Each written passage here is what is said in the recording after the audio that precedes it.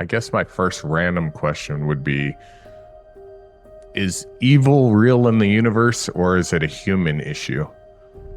Sometimes things look scary, but they're really not. I think there is the potential for there to be real evil in this world. Like there is darkness that I've encountered. I'm kind of under the impression that evil is an entity, and I feel like we're in this spiritual, good versus evil scenario. There's still crucifixions happening in the Philippines on Easter where they still nail people to crosses, bringing kind of God's favor upon you is one of the reasons they do it when you're taking photographs, because you almost have a shield when you have the camera up. Confession is, to me, almost the same thing as you going to a therapy session.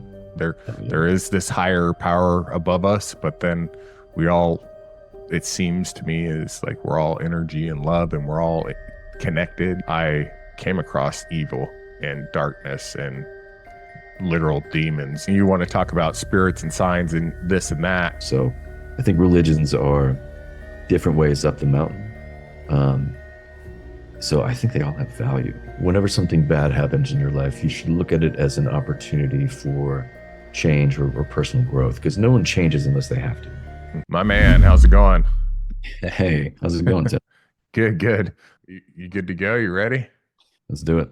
Welcome back to the Tim Teaches podcast. I'm your host, Tim McCoy. Today, I have the pleasure of welcoming Tyler Jackson Pritchett. Tyler is the creative force behind Holy Violence. He has traveled the world shooting photographs of violent religious rituals, from crucifixions to mass animal sacrifices, pyrotechnics, self-flagellation, exploding hammers, and more. Tyler, welcome to Tim Teaches. I appreciate you taking the time to chat with us and tell us what you're all about. Yeah, thanks for inviting me on. I really appreciate it. Yeah, absolutely. So, man, I jumped onto your Instagram page and I was like, ooh, I got to talk to this guy. He is in the thick of it. I like to talk about religion and spirituality, and but you're catching a side of it a lot of people don't see on a regular basis, and I like that because you're kind of spreading reality to the world. Yeah. I mean, what kind of drew me to this side of religion is just the extremities of it. So my background's in art, and I was in metal bands growing up and that type of thing. So seeing, to me, it's kind of like artwork, whether it's performance art, the costumes that they're making, even when it looks like it's very gruesome, there's a lot of artistic value to this stuff. And then the amount of devotion it takes to do stuff like this. I mean, we'll get into what type of things we're actually talking about here, but I was fascinated with it. It kind of started off as just a photography project for seeing things that we didn't realize still existed in this world. So kind of like a Indiana Jones thing, trying to see what this world's all about. And then I started to see this underlying theme across all religions, across all cultures, where there's these extreme forms of devotion. And I kind of just kept looking for them and finding them. And it went from knowing about 3 to there's about 50 or so that I've been going to. Wow. And so I guess my first random question would be, is evil real in the universe, or is it a human issue? Is evil real? I mean, it's a tough question. I mean, with this type of stuff, I think sometimes people can misrepresent evil. Sometimes things look scary, but they're really not. Like, especially with these things that I've been covering, they're signs of devotion, they're commitment to a community, they're giving blessings to a God, all this type of stuff. So it's really, to me, it's like a subjective type of thing. Mm-hmm. I think there is the potential for there to be real evil in this world. Like there is darkness that I've encountered. It's hard to describe. Yeah. Is evil an entity, or is it just a word that we label things with? Yeah. I'm kind of under the impression that evil is an entity, and I feel like we're in this spiritual, good versus evil scenario. And I believe a lot of the religions are actually on the good side of things. Yeah. even though there are so many different religions, a lot of them are all looking to the heavens, looking to a higher power. And so, but I believe most of those forces are trying to do the right thing and be on the side of good, fighting darkness that, from my experience, and if you've done a little bit of research on me recently in the last year or whatever, I've, did some psychedelics and had some seriously crazy experiences and encountered good and evil. And so I believe it's a real force in nature. I can't prove it, but if you've done any of those things, you probably be right there along with me. No, yeah, 100%. I mean, the thing for me, way I'm looking at this, a lot of times when I have conversations about religion with people, they bring up bad things that religions have done in the past, whether it's the Crusades or other forms of like religion doing terrorist attacks, all this type of thing. And for me, that's not the religion. It's not the religion that's saying, "Hey, go do this." I think people are inherently have a dark side. I'm more of a Jungian in terms of psychology, where everybody has a shadow self to them, whether it's a community or an individual. Where usually when I look at a community, an individual is like a distilled version of the community that they live in. So there's like hidden darkness to a community, there's hidden darkness to a person. And sometimes we need to find a way to let it out in a positive form, or else it consumes us. Mm-hmm. How did you, let's take it back, kind of, how did you start going down this road? Well, I lived in Hong Kong for about 7 years. I had originally moved over there to start a design agency.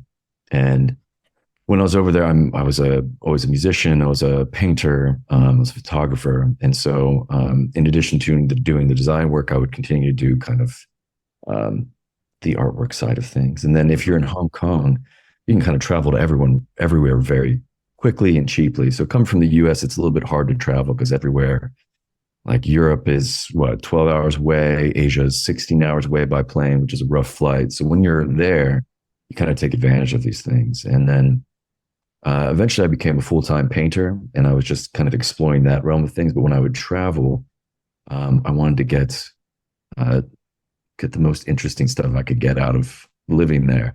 And I was at an art show once, and an offhanded comment from someone said that there's still crucifixions happening in the Philippines on Easter, where they still nail people to crosses and all that. And I had a friend in the Philippines. He's like, "Yeah, I can get you a guide that'll drive you up there." So I kind of went in there, brought my film cameras, and it kind of went in a little bit blind. And from there, kind of my first taste of how extreme of a situation you can put yourself in while at the same time making art with it. And I kind of fell in love with the whole craziness of it, Yeah, I mean, that's pretty crazy. I didn't realize they're still doing that. But I mean, what's that experience like, to be sitting there and see somebody being killed? And I mean, firsthand. Oh, they don't really? They don't really die. It's just a reenactment. it's a hardcore reenactment. So they go up for about like 15 minutes. And it's usually the same person every year. Boy. There's still a lot of blood because in addition to the people getting crucified, a lot of the community will cover their faces, and they have these special whips, and they'll kind of go on a parade throughout their city and whip their backs. And as they do this, blood kind of spills onto the crowd. And if you get a little bit of blood on you, you're part of the sacrifice that they're giving up. So each one of these festivals have a different reason why it's happening. In this case, it's more of like a penance thing. Mm-hmm. Or if you say you pray to God that if my grandmother gets better, I will go under and give this sacrifice during Easter, and she gets better, you'll do that. It's bringing kind of God's favor upon you is one of the reasons they do it. So there's kind of these two different sides to that specific festival, where you have people that are getting nailed to the crosses and being put up in the middle of the play. And then you also have people that are walking through the streets and kind of whipping their backs, and then we'll go up to the crosses, pray, and then they'll come back. Still an extremely powerful experience, even if it's, just a reenactment. I mean, yeah, it's rough when you're the one of my favorite pictures that I got is I'm maybe a foot away from someone's hand, getting nailed to a cross, and they kind of figure out where in the hand that they can nail through and not cause a lot of damage. But So that they moment, actually do nail it through their hand. yeah, Holy crap. Okay. yeah, So that's, that's extreme enough. yeah, Wow. it's pretty extreme. But yeah, just like seeing it up close, it's a weird, surreal experience, especially when you're taking photographs because you almost have a shield when you have the camera up, and then when you pull it away, you're there. So Yeah. it gets a little Get bit that more back up. intense. Yeah, so it's I don't know, it's a powerful experience. I'm getting a little bit I have calluses on my brain a little bit from seeing so much of this stuff, but yeah, it's something that'll change you when you see it up close. Yeah. How has it changed you? Has it changed your perspective on religion? And are you a more religious or a less religious person?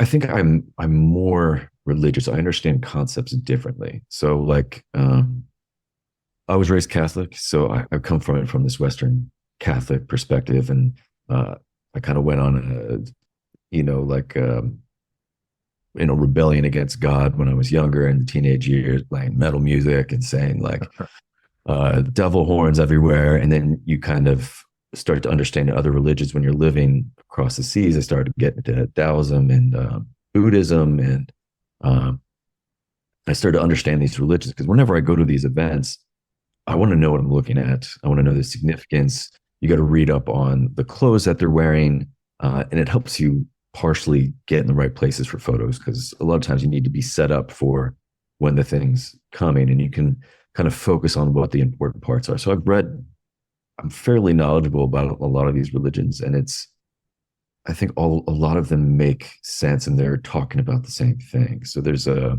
famous Sufi poet named Rumi who has this poem about blind men encountering an elephant. I'm not sure if you heard this before. I haven't. Please share. So you have a blind man in the back that's feeling the tail, and he's like, "Oh, it's the skin's very rough and it's furry at the end." You have somebody feeling the leg and said, "Oh, it's very strong, it's very rough."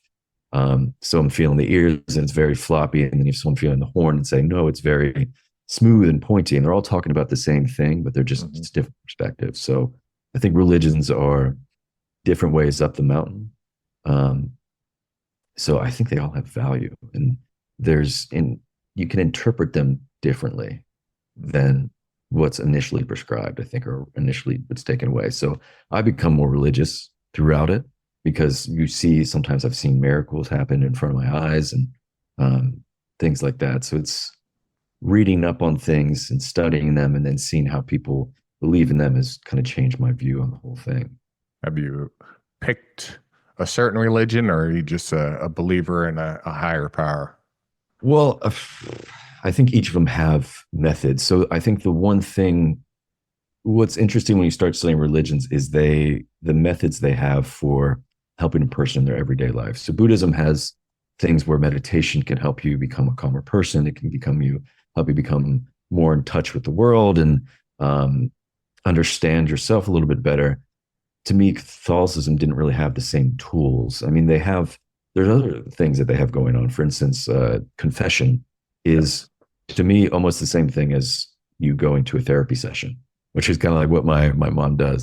So you can get it out, you can get forgiven of your sins, you can talk about all your problems, and you get forgiven that way. So it's to me, I have like a mixture of Christianity just because I was raised that way. I enjoy Buddhism a lot. There's also this kind of new faith that's been kind of going around. I forget what it's called, where each individual thing has a little bit of consciousness, and you have kind of this group consciousness as things level up. So, for instance, like your gut biome influences what you're hungry for. You have more microorganisms in your body than you have cells. Although your cells are larger, you have this kind of influence. You're influenced by like the egregore of your community and all these different types of things. So to me, there's all these different influences. You kind of like build your own religion when you start to study things, I guess. Yeah. But it's crazy when you start diving into some of this stuff, how many different religions and perspectives there are, and everybody has their own idea of what is right and what is going to get you to heaven. And it's like, well, either we're all right or only one person is right, and I have a hard time with that, talking to um, people who are, devout Christians or whatever, because I'm like, man, I believe that God and the universe or however you address it. I mean, if he's so powerful to create all this stuff, which I believe was created, I don't think he's going to be so narrow-minded as to be like, yeah, you didn't hear the story of Jesus, so you're off to hell for all time and eternity. But and that's the only religion I'm really up close and personal with. Mm. Personally, I haven't studied a lot, and if I did, I might be like, oh, damn, that's the right way to go, So I think all these people they've really only studied their own religion, including myself, and so you have a very well-rounded perspective of everything out there. So, Yeah, I'm something that might be interesting to add in that regard is there's kind of like three worldviews that we're encountering when we're talking about world religions. So Catholicism, Judeo-Christian, or like Judaism and the Abrahamic religions, they look at the world as like a ceramic, what they say is like a ceramic view. So you have an entity that's outside that has created something, and here it is. That's reality. He's created it. Whereas if you go into like Taoism, it's more of we are inside the organism, and it is everything that you're looking at, including yourself. It's all one thing that's kind of moving and undulating. So they call the Tao. If you can think of like Star Wars, like the Force, the Tao is they kind of ripped off the Tao with that idea. And then if you're going more in Hindu religion, we're inside of Brahma's dream at the like lowest level of things. So this is all one big dance. It's one big stage. And I think that personally, like from my psychedelic ayahuasca experiences, I've experienced all three of those things. And so maybe it's a mash of all three of them, and we just can't really comprehend it. There is this higher power above us, but then it seems to me is like we're all energy and love, and we're all connected, and then down here, we're all living our own independent lives. And I think it's all three of them mashed into one experience that we can't explain. In your personal life, I mean, there's the side of believing in a higher power. Do you experience anything? Like, is there, I mean, do you get signs and yeah. synchronicities and that type of thing in your life? I do. Yeah. And I mean, it's been a lot more since, I can kind of brief you. I'm a veteran and dealt with a bunch of PTSD and anxiety, depression, loss of loved ones, and other kind of terrible things. Experience whatever, some tragedies. And so to deal with that, I was given the opportunity to try ayahuasca, really psychedelic. I don't know if you're familiar with it much, but That's good. yeah. And so I'm a little intimidated by it. I don't know if I'll do it myself, but I've heard of it. Yeah, I mean, if you want to see what's out there in the religious world, just try that a few times, and it'll open your eyes. It's the most profound, awe dumbfounding experience of my life. I mean, there's nothing even close for me that I've ever experienced. But in that situation, I mean, I came across evil and darkness and literal demons, and saw Jesus and God, and interacted with all these entities. And I mean, dude, this whole tattoo thing I got going on here is all from that experience. I mean, it was wild. And yeah, so I mean, I believe in God. I believe in a higher power, and I have experienced. I've done it I've been to 3 different times. This last time I went, I mean, I was in the medicine. You want to talk about spirits and signs and this and that. like during the medicine, during the ceremony, I was sitting there looking at a fire because you can walk around and you're kind of still with it, during this experience sometimes. And I was sitting by the fire, and this girl sat down next to me, and it actually was, I looked over and I was shocked, and I was like, Chantel. And this was the sister of my ex-wife, who was 14 years old and had been killed in a car accident. And she's sitting right next to me, and she didn't say anything, and she just sat there. And I was like, I hadn't thought about her in 10 years. And so she just kind of got up and left or something. I don't know. She was gone. And but then it was such a crazy, profound experience. And so the next day, I texted her mom and said, hey, I'm down here doing ayahuasca. I don't know, I just felt like I should let you know, like, I saw Chantel last night, and I just felt the need to tell you that. And she said, something along the lines of, that's pretty powerful considering today is her birthday. Oh, wow. Like, so I felt like for whatever reason, she came to me and I passed along that message to her mom 20 years later. It had been 20 years, and I didn't know her birthday. I didn't even know what freaking day it was, and Yeah. so that's just a little sign, that Yeah, I've experienced. Yeah, I think it's probably the reason she went to you is that you're open. You were open to it in that moment. So I think that's one of the things that I think people struggle with when they're like anti-religion or anything. They're very closed off to the idea of it, and they've got it figured out. And I think religion has the same type of thing where I know what I know. I don't want to know anything else. I don't want anything to shake up this core understanding of the world that I have, because it really messes with people when you either talk about or they try to mess with the underpinnings of how they understand their reality. So Yeah.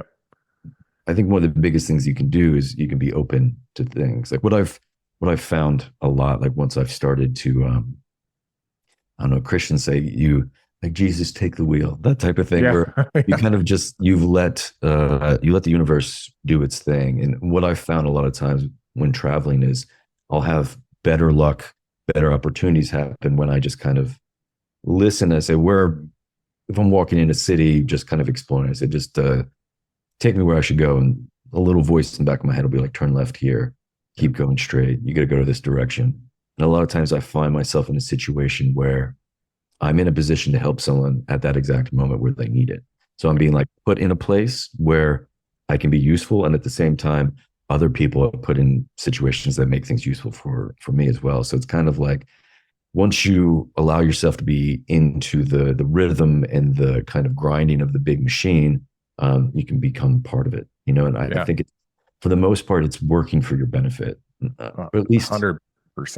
I think that should be the way you look at the world, is that it's trying to help you, instead of like, oh, the world beat me down, Yeah, no, I agree with you 100%. And, just giving it up to God. And I feel like my life has been guided at every step, even though my eyes were closed to that at the time. I didn't realize, oh, this happened and this was terrible. And then this good thing happened and then this bad thing. But, during some of my experiences, it's like almost like a movie playing, like you just remember thing after thing after thing, just boom, boom, boom, boom, boom. And you're like, holy crap, that was just guiding me to where I am today. So, I mean, right now I'm sitting behind a microphone and I don't know where that's going, but it seems like it's on a good trajectory. And I feel like, I've been guided this whole time through all of my experiences to be sharing my experiences and helping other people and being able to share their stories. And I mean, your story's amazing. There's not many people who have had the experiences you've had, and for you to be able to come on and share, for me, that's amazing. Yeah. I mean, you touched on something that like happened to me recently, where whenever something bad happens in your life, you should look at it as an opportunity for change or personal growth, because no one changes unless they have to. You know, a lot of people will stay where they're at. If everything's good, why change? You know, Yep. so I had something. Well, I'm in Long Beach right now. So when the LA fires broke out, um, of course, me being the type of photographer I am, I went looking for shots of the fires and that type of thing. Mhm. And when I got into near one of the fire zones, my motorcycle broke down. And so now I'm stuck in the fire zone without any way to get out. And it had this kind of like weird thing where if I turned the handlebars, the bike shut off. So I didn't know what was going on. I had to abandon the bike. And I went back a day or so later and I just kind of said, like, I'm going to figure this out. I learned how to hotwire a bike. I learned how to solder pieces back together. But I would have never learned that stuff unless I was in a situation where it's like, you need to get this bike out of here or else you're going to die. I've been in a lot of these situations where it's, you need to figure this out right now or it's going to get a lot worse. And then grown as a person, you know. Adapt and overcome, man. So Yeah. you've traveled the world. What's your hairiest experience you've had out there that you got one?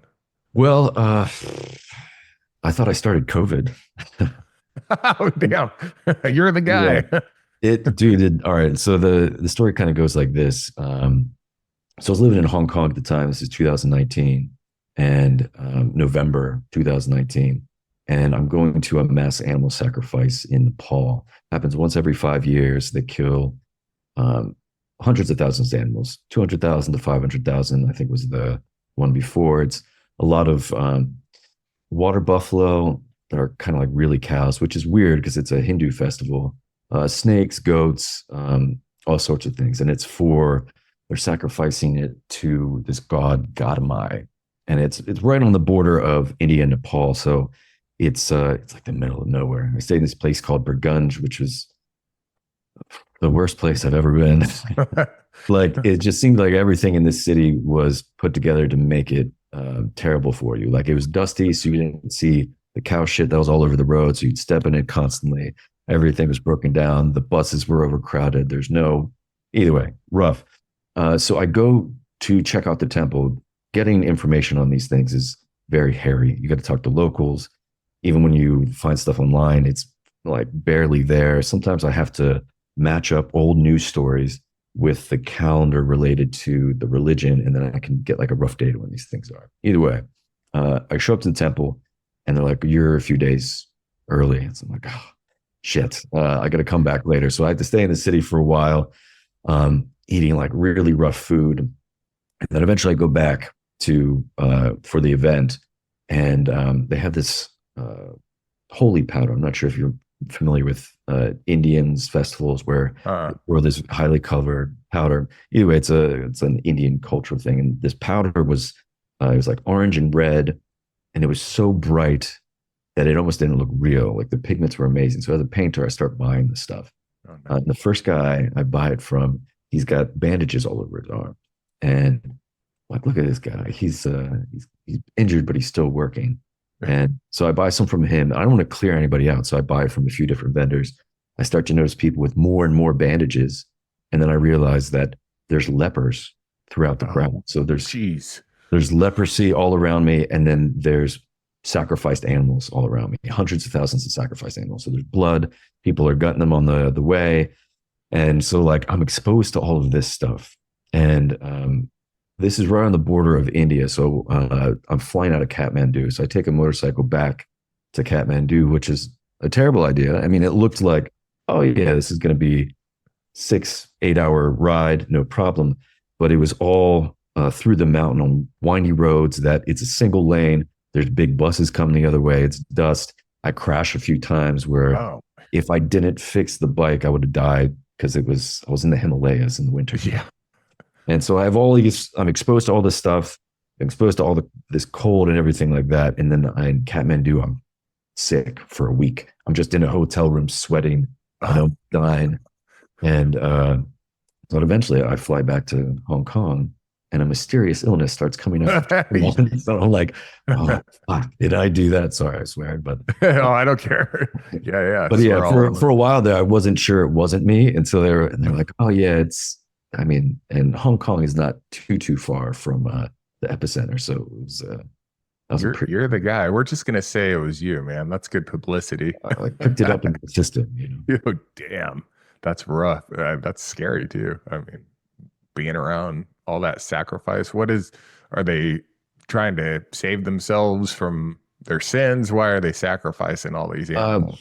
Well, so the story goes like this. I have a lot of these stories. If you want me to Yeah, hit you. So for this one specifically, so in the village near Burgunj, there was a head of the village that everybody loved, and he caught an intruder in his house once. He was trying to rob a house, everything like that. He catches him, and the crowd of people get so angry that they kill this man directly. And so the police from Kathmandu come down and try to investigate this murder. And just so that the townspeople don't get in trouble, the guy who owns the house takes the blame on him. He said, I did this, blah, blah, blah. They take him back to Kathmandu. They put him in jail. While he's there, he's approached by the god Gadamai, which is an aspect of Kali. If you've ever seen Indiana Jones and the Temple of Doom, they're Kali Ma Shakti. Yeah. Like that's the same god, which from the outside it looks like a devil god, but it's really kind of like it's like a motherly spirit that can kick ass if she wants to. Either way, it's an aspect of this god, and she wants to help bring him back to the village. And some of these stories have different interpretations, but the one I've heard is when she disappears from him in the jail cell, he grabs some of the sand from where the apparition happened, attaches it to his turban, and he's able to leave the prison. And he kind of escapes, gets all the way back to his town, and as like an offering for the god for helping him, she first asks for human sacrifice, and they're like, "Oh, we can't do a human sacrifice." So they sacrifice like 1 or 2 animals, I think. That didn't satisfy her. So then eventually they kind of like broker a deal with her where it's 5 different types of animals are sacrificed, including blood from somebody in another village. So there's like a little bit of human blood, but no one dies. So it's kind of like an offering to this god every 5 years for helping return this kind of folk hero, also to prevent her from like causing trouble. I think sometimes you need to appease gods or else they get angry. Yeah. Wow, that's wild, man. You are educated on this stuff. I love it. I mean, where else have you been? What's your favorite place you've been? My favorite one is coming up. It's this festival called the English translation is the Beehive Rocket Festival, and it takes place in Taiwan, in this place called Yanshui. So it's southern Taiwan. What you do is they shoot bottle rockets into the crowd, basically. So they have these big things that we call walls. So imagine the wall in your room, sometimes twice as tall as that. They have shelves, and on those shelves are bottle rockets. And so they rig these up so that they shoot into the crowd. And so you go in with a motorcycle helmet, and you either tape or staple some type of protection so it doesn't go underneath the helmet. And you wear kind of like padded stuff. And then the more you get hit with it, the better your luck will be for the year. So when it starts setting off, you kind of like jump around and you get hit with all these rockets. It does hurt, but not too bad as long as you're padded up enough. But it's kind of like the whole city is on fire for 2 nights. And you might crack a couple beers in between, and it's this big kind of adventure that you can go through. But yeah, that's probably my favorite because I'll bring friends to that one. Whereas if I say, hey, do you want to come to an animal sacrifice or something where people are whipping their backs with blades, they're kind of like, I don't know. Yeah. So, what do your friends think of what you do, man? Like in general? I mean, they're into it. I mean, a lot of my friends are photographers. And I mean, it depends also in like when you're talking to a girl, right? They can either be like, wow, that's really interesting, or like, the fuck is wrong with you? Yeah. You're just like, I'm a photographer. You just leave it at that. I kind of leave it at that. But one thing that's kind of interesting about that festival, that's related to a lot of the other ones, is a lot of these things are repelling sicknesses. So the way this one started was there was a cholera outbreak, and it's probably about 200 years ago, and they didn't know what to do about it. People are dying all over the city, so they called out to kind of the emperor god. And fireworks in Chinese culture can scare away demons, loud noises. So they'll have Taoism will have spirit whips that they'll crack and kind of purify the area. So fireworks are most Chinese festivals. You'll see fireworks because it scares away bad demons, and it also kind of gains the attention of the gods that you want to help you. So it was a repelling of the sickness. So that's why they do it every year, is to kind of make sure that they keep the sickness out of there. And there's a few other of these festivals that are about repelling a sickness that happened, whether it was a cholera outbreak or just purifying themselves for the year. So it's kind of like a spiritual bath. Yeah. Have you done any like ceremonies with like photography with like psychedelics or any of the Amazonian type tribes? No, I haven't done much of that. I mean, I've taken psychedelics myself, but not within a ceremony. Yeah, I know that generally they don't, like the place that I went. It's you go in there and you're like, whoa, this is something I've never experienced. Legit shamans, they're smoke going everywhere and they're chanting and playing harmonicas and stuff, and it's wild. It's incredible if you've never experienced it. But yeah, I don't think they generally let photography into those type of situations. Do you find pushback, or are you kind of doing everything in an open public area? It depends. Sometimes people are used to seeing photography because a lot of these are festivals. They'll take over a whole town, and so you'll have family members shooting with camera phones, and might have news show up. A lot of times they'll have a press pass, whether it's real or not real. They kind of add some establishment there. The camera I use is gigantic, so people will often see that as like, oh, they're a professional in this instance. And then you always need to be, at least for me, you're going to wear the right clothes. Like, so vegetarian festival in Taiwan, everybody wears white. Ashura was an Islamic festival that happens throughout the world. Everybody wears black. You wear the right clothes. You respect the tradition. You stay out of the way. It's usually good. And it was kind of like one of those things too, when I would show up different places, like say India, for example. I used to have very like long hair. So they'd be like, oh, who's this white rock star that's here? And everybody'd be like, it's all right. He's cool. Like, he'll be fine. Yeah. So somebody will come and talk to you. But most recently I had a problem in Greece where there's a festival where they shoot fireworks at two different churches. Like, there's two parishes that will set up bottle rockets and they try to ring the other church's bell, essentially. But it's just missiles that they shoot at each other. And to get down to the main area, I was there. I'm not understanding Greek. And there's like one guy that kind of like grabbed my backpack and threw me because I think part of it is they're very sensitive about it because it's technically illegal on the island. And so they'd be like, don't shoot faces, don't shoot faces. And the way it kind of works is police will find a cache of rockets shortly before the festival, but they don't find like the real caches. Yeah. And then the cops, the fire departments are ready to put out all the fires. They know it's going to happen, but they don't really prevent it, but they don't want any proof. Yeah. They don't condone it. That's pretty cool. Do you have issues running in, being I assume you're an American, you're from the States. Everybody pretty friendly to you, or do you kind of keep that on the down low? No, I mean, I'm usually no real issues. I mean, there's, when you're traveling, sometimes I'll hide it. So for example, if you're in say Cambodia or places around Vietnam, there'll be bars that are decorated with unexploded bombs from the US. So you'll be sitting in a bar and there'll be American bombs all around you. And they're like, where are you from? I'm like, Canada. Canada. That's the number one answer. Yeah, none of I'm American. So sometimes you just got to be aware of where you're at. Most recently, I think I was in a situation where I said I was Italian. So just because like sometimes it's more interesting for them than just like Americans if there's too many of them around, or I don't know. You try not to cause problems. Yeah, yeah, it's unfortunate, but yeah, no, America's made a bad name for itself in a lot of areas in this Yeah, world, so exactly. I don't blame them.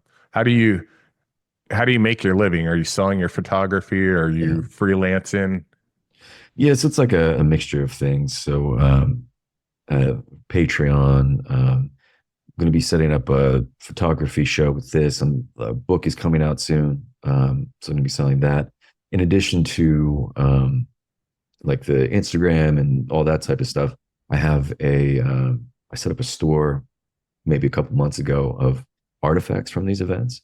Oh, So wow. whether it's actually have like a whip that they use in the Philippines, or um, there was once in a 7 year event that happened in Italy where they hit their chests with these like spiked sponges. I've collected those. I have like pretty much all the artifacts from these events, in addition to kind of like other things I've collected along the way, whether it's um, blessed or holy amulets that I've gotten in Thailand, or whether it's blessed by a certain monk in this type of place. So I have this kind of, imagine Indiana Jones sold all of his stuff instead of giving Yeah, it to a museum. I have one of those stores, and then I've been a painter for a while, so I still sell paintings and that type of right thing. on.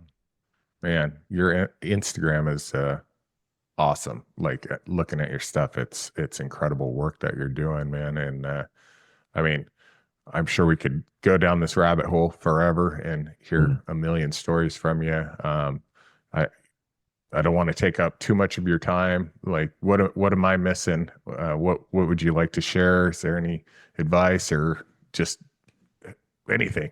Well, I think with um, you mentioned the Instagram, and one thing that maybe would be helpful to people out there is um, for a while, no one was paying attention. I've been doing this for 10 years, Mhm. and took time off, blah, blah, blah. But I went from like 200 followers to like, say, 20,000 in like a week, just because I kept posting, and eventually one took off. Now it's higher than that because I've had other posts take off because of that. But it took a while, and eventually one thing will catch fire, and that'll kind of bring you into to other things. So I think if you're working on stuff where you have a project that you really believe in, keep keep at it. Eventually, maybe something will catch. Um, I mean, after a while, like if you're doing it for too long, hang up and maybe Yeah, change your angle. But I think don't lose faith in something that you believe is strong.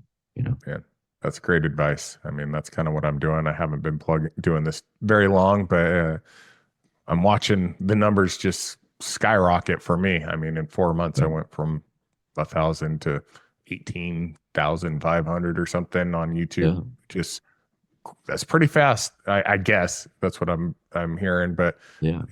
I'm doing that from talking to people like you guys who are doing the actual hard work out there. And man, yeah, keep grinding, keep pursuing your dreams, and I appreciate you sharing just a little bit of your journey. I'd love to hear more about it, and if you got photos, I'd love to put them in this video and tag you in it and get your numbers even higher. But you're doing incredible work, man, and yeah, I appreciate you coming on. People want to get a hold of you. What's the name of your website? Yeah, so you look for Tyler Jackson. If you want to look at kind of everything I'm doing, the Instagram is holy.violence.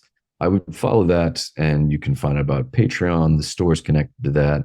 And then the book will be coming out in the next few months. So there'll be a pre order for that Right. coming up soon. Right on, man. Tyler, thanks for taking the time to chat with me. I really appreciate it. You're my hero, man. Those photos are amazing. So, yeah, if I could get your blessing, like a couple of them that you Sure. choose, I would love to put them in here and share them with everybody. So, Okay. thank you much. Everybody go to Tyler's website, sign up, buy his stuff, and we'll talk to you soon. All right. Appreciate it, Tim. Thanks so much. Absolutely.